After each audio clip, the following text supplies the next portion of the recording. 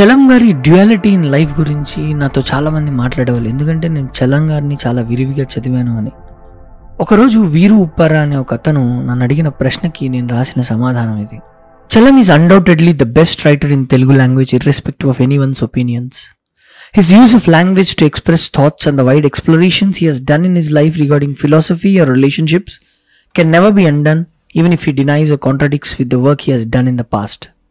But he himself has said in an interview that he did not want to take back any work he has done, and if he has given any chance to do all that again, he will do it more steadfastly and more strongly, so that his every word will bring pain in the paths where he wanted to do so.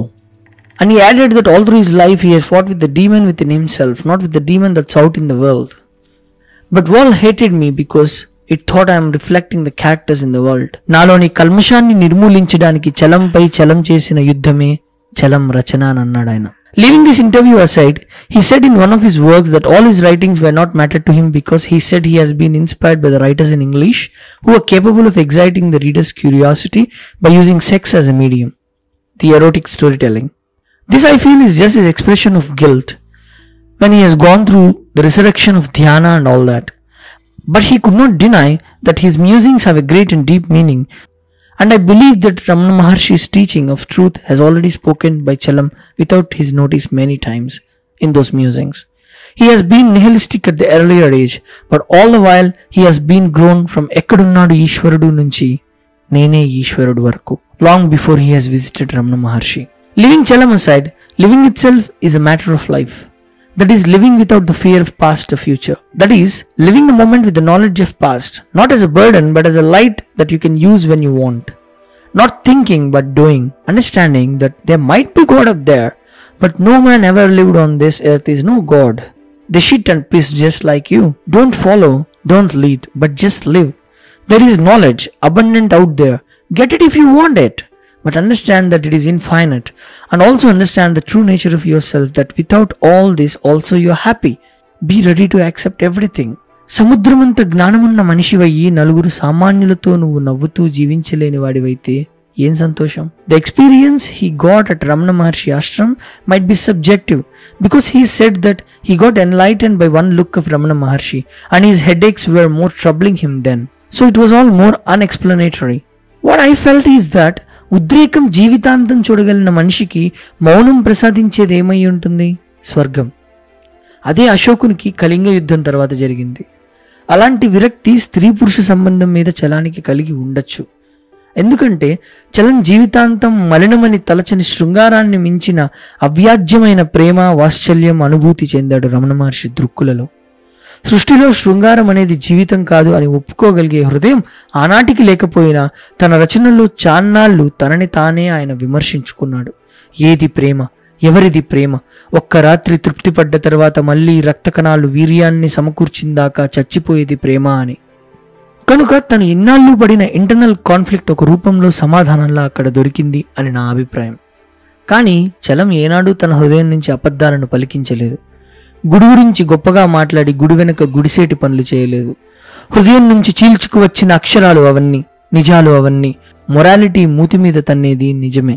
తనకు అనిపించింది సూటిగా సుందరంగా చెప్పాడు చలం. నటనలు చేయలేదు.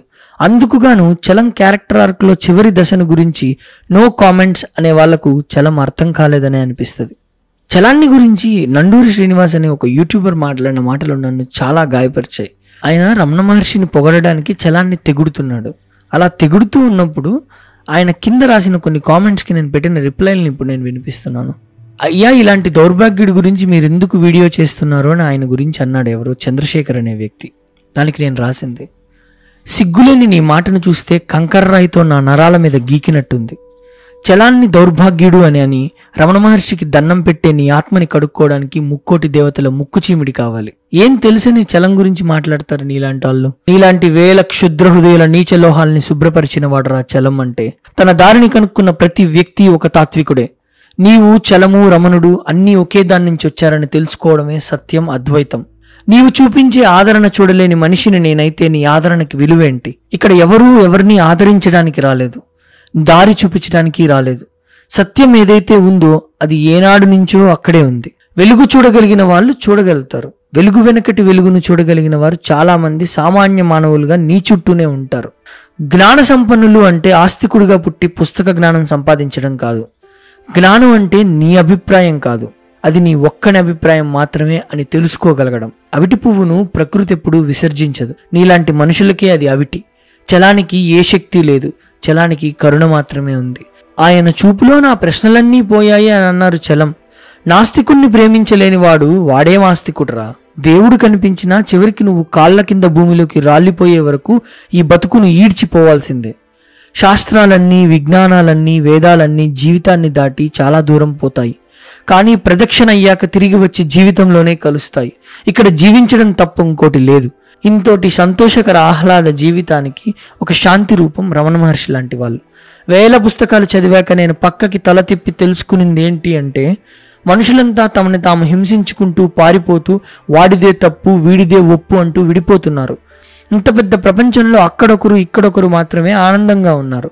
తప్పొప్పుల మీద, నీ సమాజ హద్దుల మీద, దేవుని దెయ్యం మీద నిజమైన కరుణ, ప్రేమ ఉంటాయి.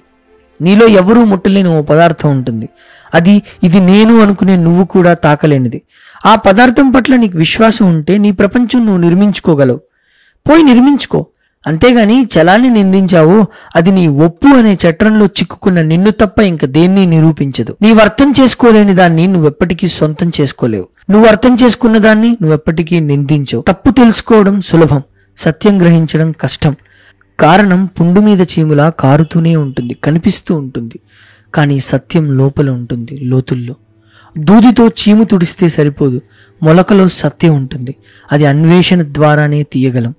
కొద్దిమందే ఆ పనిలో ఉంటారు. ఇక్కడ ప్రతిదీ నిత్య నూతనంగా ఆవిష్కరింపబడుతుంది. బీ యువర్ ఓన్ లైట్ రా మిస్టర్ ఫూల్. అలానే ఇంకొకతను పవిత్ర హిందూ సమాజంలో మనుషుల్లో విషాన్ని నింపాడు చలవని అన్నాడు, శశి వడ్డీ అనే అతను. దానికి ఆయన నండూరి శ్రీనివాస్ అంటున్నాడు, అమ్మో మోక్షం అంటే అంత తేలిక, ఎన్ని వేల జన్మలు పడుతుందో అంట. దానికి నేను ఇచ్చిన సమాధానం, మోక్షం ఎవడి కోసం మోక్షం? ఇంకా దేహంపై కోరిక తీరని పిశాచులు కోరుకునేది మోక్షం. కరుణ తప్ప నిజం లేదు, ప్రేమ తప్ప సౌందర్యం లేదు. ఈ జీవితం ఒక హీరో జర్నీ. ప్రతి క్షణం కరుణతో, సంతోషంతో జీవితాన్ని ఉల్లాసవంతంగా జీవించడం తప్ప మీరు చేయబోయేది ఏమీ లేదురా ఫూల్స్. అసలు మోక్షం అనే దాన్ని కూలంకషగా వివరించుకో.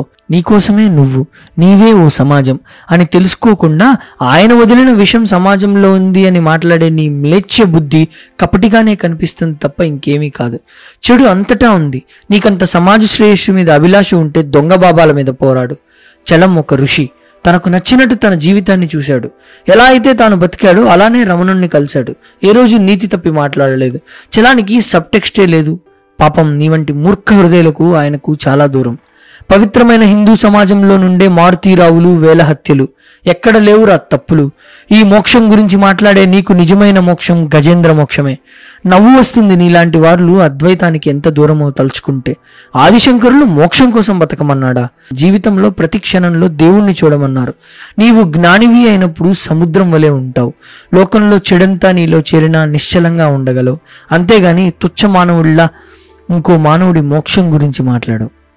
ఈ నండూరి శ్రీనివాస్ లాంటి వాళ్ళు భక్తి అనే పేర జనాల్ని మూర్ఖుల్ని చేస్తూ ఉంటారు. అతను ఏం మాట్లాడాలనే తన అభిలాష అయ్యి ఉండొచ్చు, కానీ ఒక వ్యక్తిని పొగడడానికి ఇంకో వ్యక్తిని తెగనాడడం అనేది చాలా తప్పు. అతని కింద కామెంట్స్ ఎలా ఉంటాయి అంటే, కుండలినీ శక్తిని వేగంగా మేల్కొనబడానికి మరియు ధ్యానంలో వేగంగా అభివృద్ధి చెందడానికి ఏం చేయాలి అంట వాడెవడో. నేను రాశాను, నిద్ర నుంచి నువ్వు మొదట లేయాలి. జీవితాన్ని నువ్వు జీవితంగా చూడాలి. ధ్యానం జీవితాన్ని మెరుగుపరచాలి. అంతేగాని ధ్యానమే నీ జీవితం కాకూడదు. ఏదైతే నీదో అది నీదే. దానికోసం నువ్వు ఏదేదో చేసి పరితపించాల్సిన అవసరం లేదు. ఇక్కడ నా కోపం ఆ నండూరి శ్రీనివాస్ అనే వ్యక్తి మీద ఏంటి అంటే, ఈ జీవితం చాలా గొప్పది.